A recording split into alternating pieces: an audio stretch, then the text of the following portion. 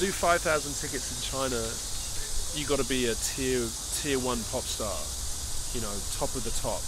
You know, Beyonce came in the first time, did 7,000 tickets. You know, Metallica's an outlier. Adam Lambert, you know, 5,000 tickets. Maroon 5, again, outlier. You know, both Adam Lambert and Maroon 5 driven by reality, you know, international reality TV and stuff like that.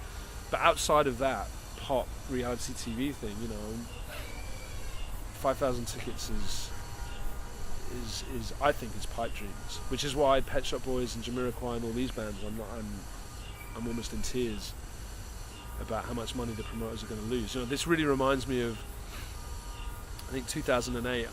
I wrote this article in 2008 for the Radar, which is basically, you know, and I'm writing another one at the moment, which is, I rather pretentiously call it the State of the Union, and it's this thing, you know, talking about big artists coming into China. And back then it was this run of, I remember vividly, it was this run of, I think Beyonce was coming, and then there was this November 2008, I think, which was like pretty much the end, but the industry collapsed after that. And it was the Kanye like debacle, where Kanye came in, played Beijing and Shanghai, both arenas, you know, 10,000 caps. I think they sold under 1,000 tickets for each show. And then Kylie came in and played Hongkou Stadium on the end of November. 23,000 capacity stadium, sold about 3,000 tickets. And I think that something similar is going to happen over the next 3 months, because, you know, I put together a list of the artists that are coming through, you know, in the next 3 months. And, you know, it's Pitbull, it's Akon, it's Aerosmith, it's Alicia Keys, it's Pet Shop Boys, it's Jamiroquai, it's Korn, it's Limp Bizkit, it's Tony Bennett, the list just goes on and on and on and on and on. And all the ticket prices are 100 to 200 to 300 US. Now, a $250 show ticket is something that only very, very rich people, in my opinion, can afford, right? And so there are very, very, very few very, very rich people, of which probably not very many of them have heard of Aerosmith or Pet Shop Boys or Jamiroquai or, you know, any of these other bands. And so all of those acts, from Tony Bennett to Metallica, are pulling on a similar demographic. You know, I think Bieber will do well, and I think Metallica have already done well, and I think maybe Alicia Keys, because she's been here once before. She played the Great Wall in like 2005 or something. I can't see, you know, Pitbull's playing an arena, like 10,000 people. I don't know, like, and then there are the rest are bloodbaths, I think.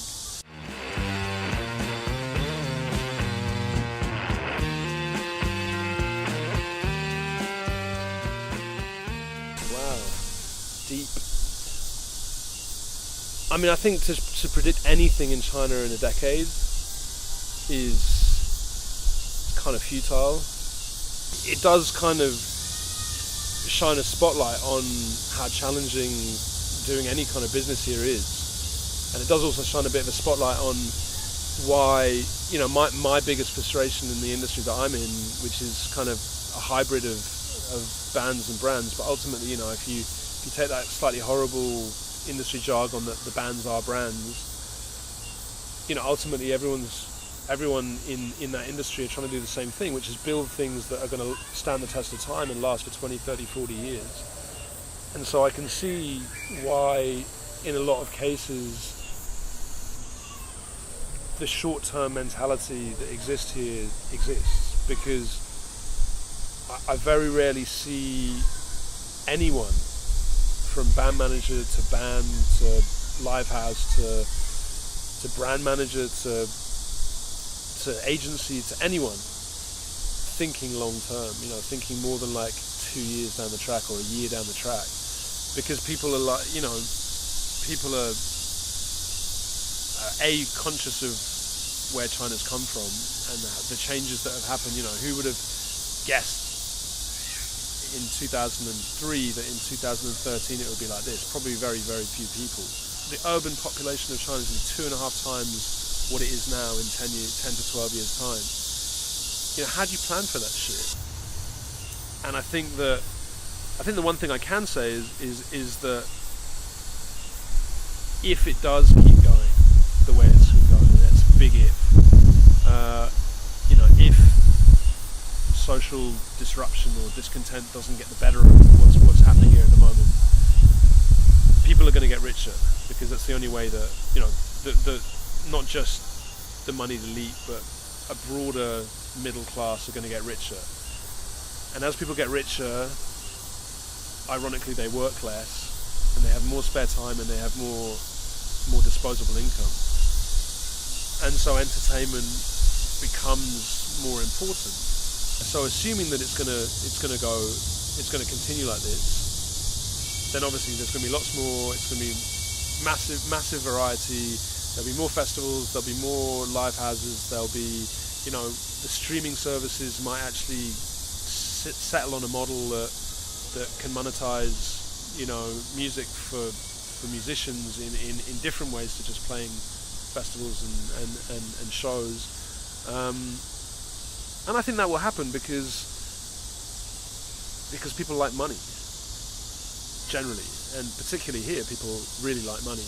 And I understand that, because I understand where a lot of people have come from very, very recently. So there is this this mad rush to make money and to be okay, because everyone can remember when there wasn't enough food to feed their family, and when that whole kind of iron rice bowl type of phenomenon. But I think there are going to be some bumps on the way, and that's so that's the difference, between what I think is going to happen, what I'd like to see happen, which is just a continuation, albeit I think at a slightly slower rate, because I think we're in danger, and it's the sort of old man in me speaking. We're in danger of kind of running too fast and not actually standing still for long enough to enjoy any of it.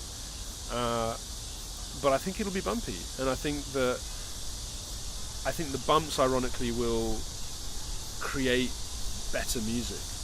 The music suits the mood of the masses, right? So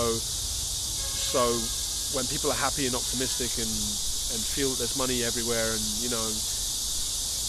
you get that kind of hip hop R&B sort of soft rock type of thing where everyone's singing about money and love and cars and hoes and and champagne and Cristal and whatever else. And then when things are shitty, you get that angry kind of punky, metally, hardcorey type of thing happening. And I'm seeing that really in the West now, is that we're going back through the 60s and 70s. I'm really looking forward to that happening in China. I'm looking forward to the musicians standing up and being the agents of change.